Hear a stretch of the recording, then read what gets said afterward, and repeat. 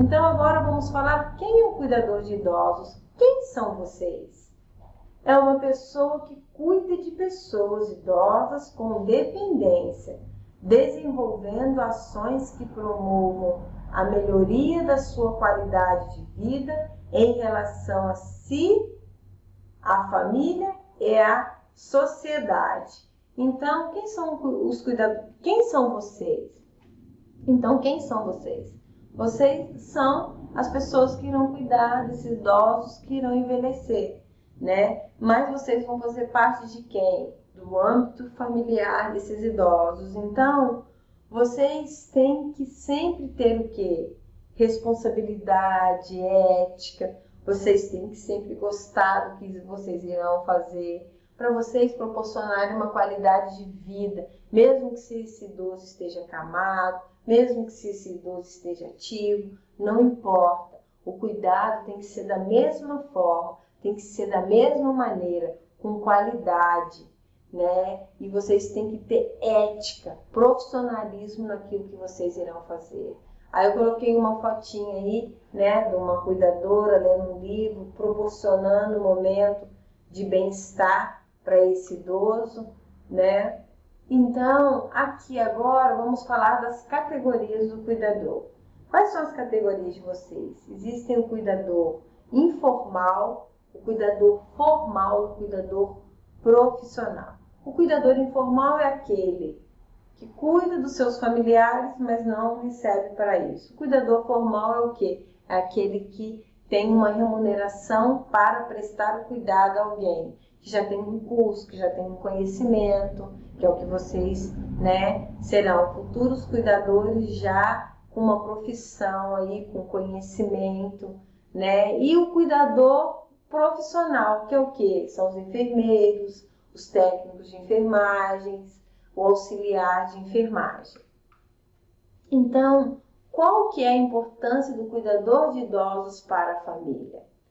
É de extrema importância que o cuidador de idosos transmita segurança para a família quando é solicitado para exercer a sua função. Então, e o que eu falo que um cuidador tem que ter, gente? O que vocês, como cuidadores, têm que ter? Vocês têm que ter o quê? A família, ela espera do cuidador conhecimento, habilidades, qualidades, equilíbrio, pontualidade, responsabilidades e postura ética.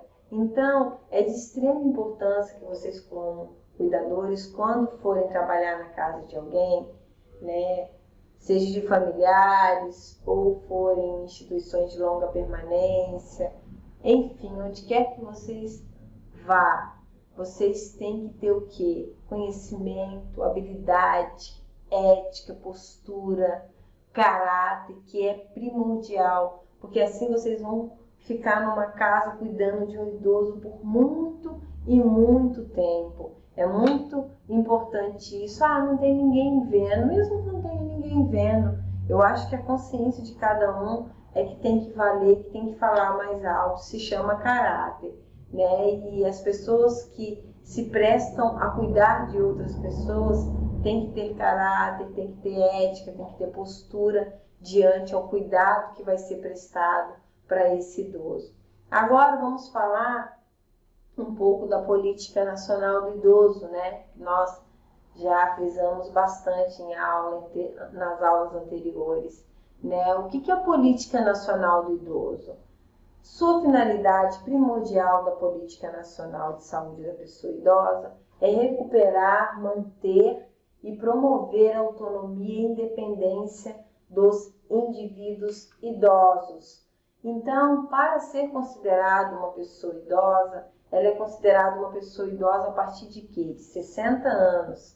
Ela está no grupo, né, dos idosos.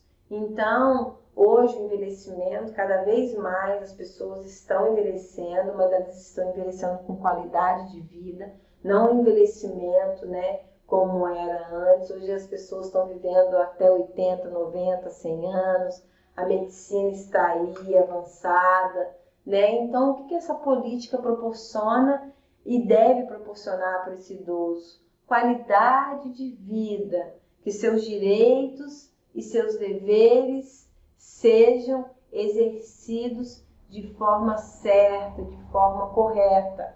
Aí eu coloquei uma fotinha para vocês, né, de um idoso, uma idosa feliz, que é o que tem que ser, né, de acordo que a lei seja cumprida para com esses idosos, devido à política nacional do idoso, que eu falo para vocês que começam, não é só a política, já começa dentro das próprias residências, o respeito que vocês como cuidadores têm que ter com o paciente de vocês, os familiares, os filhos, os netos desses idosos, o que muitas das vezes na nossa realidade não acontece. Essa política já dentro de casa já não é exercida de uma maneira correta, de uma maneira certa. Então, a política nacional objetiva criar condições para promover a longevidade com a qualidade de vida, colocando em prática ações voltadas não apenas para a questão velhos, mas também para aqueles que irão envelhecer. Lembra que eu coloquei propositalmente isso aí no slide, velhos? Essa palavra deve ser abolida do vocabulário de vocês. Vocês lidam com idosos, não com velhos, né? É até você falar um palavrão para o idoso, chamar ele de velho. Não, o senhor é um idoso, o senhor é uma idosa. Vocês, agora que têm conhecimento, sabem que velhos não existe. Eu cuido daquele velho, daquela velhinha lá, não. Eu cuido do meu paciente que é um idoso, é uma idosa, que está no processo de envelhecimento, né? Então, é isso que vocês têm que saber, que velho não existe. Agora vamos falar um pouco do envelhecer e da morte. Então, lidando com o envelhecer e a morte. O ser humano, ele começa a envelhecer a partir do momento em que nascemos. Ele é um processo natural da vida, assim como é a morte. É inevitável. Então, lembra que eu falei para vocês que a morte, a única coisa que a gente não pode evitar é a morte. A morte, ela vai acontecer, vocês vão se deparar com muitos idosos que vocês vão cuidar, que esse processo, vocês vão ver ele a olho nu, podem ser que vocês percam os idosos quando vocês estiverem trabalhando, né? Os idosos estejam no plantão de vocês, aí como vocês vão lidar com isso, né? Então vamos falar da morte. A morte, a finitude não é fácil, tanto para os idosos quanto para a família, mas ela existe e deve ser vista como algo que faz parte do processo e que é o fim da vida. Então, a morte, infelizmente, ela é o fim da vida, né? O que nós temos que fazermos é como nós queremos envelhecer e como nós queremos morrer, a dignidade que queremos ter, né? Então, tudo é um processo, né? Mas o ser humano passa, nascemos, crescemos e morremos. Assim vai acontecer na nossa finitude, que é o nosso processo de envelhecimento aí, né? Que muitos idosos têm a sorte de ser idosos ativos, outros não têm a sorte, que viram idosos acamados, dependentes. É onde vocês estão se qualificando para poder cuidar desses idosos e atender às necessidades deles, né? A velhice, além da morte do corpo que está sendo percebido, o idoso tem que lidar com a morte da sua profissão, com a morte das suas funções corporais e intelectuais e com a morte de parentes e amigos, dentre outras. Então, o que acontece? O idoso, ele não só passa pelo processo que é a morte, mas ele começa esse processo muito antes. Ele lida com a morte de um filho, de uma filha. Ele lida com a morte que ele perdeu o trabalho. Para ele, na cabeça dele, isso é uma morte, né? Que ele se aposentou, ele é um idoso inútil, que não serve mais para nada, né? Mas o que vocês, como cuidadores, têm que fazer é que comece um novo ciclo, um novo processo para a vida desses idosos.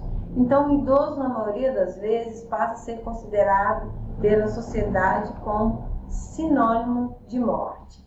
Então, o que acontece com os idosos que estão no processo de morte, né? Aqueles idosos que já sabem que tem uma doença, que vão morrer, o que eles desencadeiam? A depressão, o isolamento social, sentem que não servem mais para nada, é uma negação constante, eles negam a todo momento, eles não aceitam, e os pensamentos de morte são contínuos.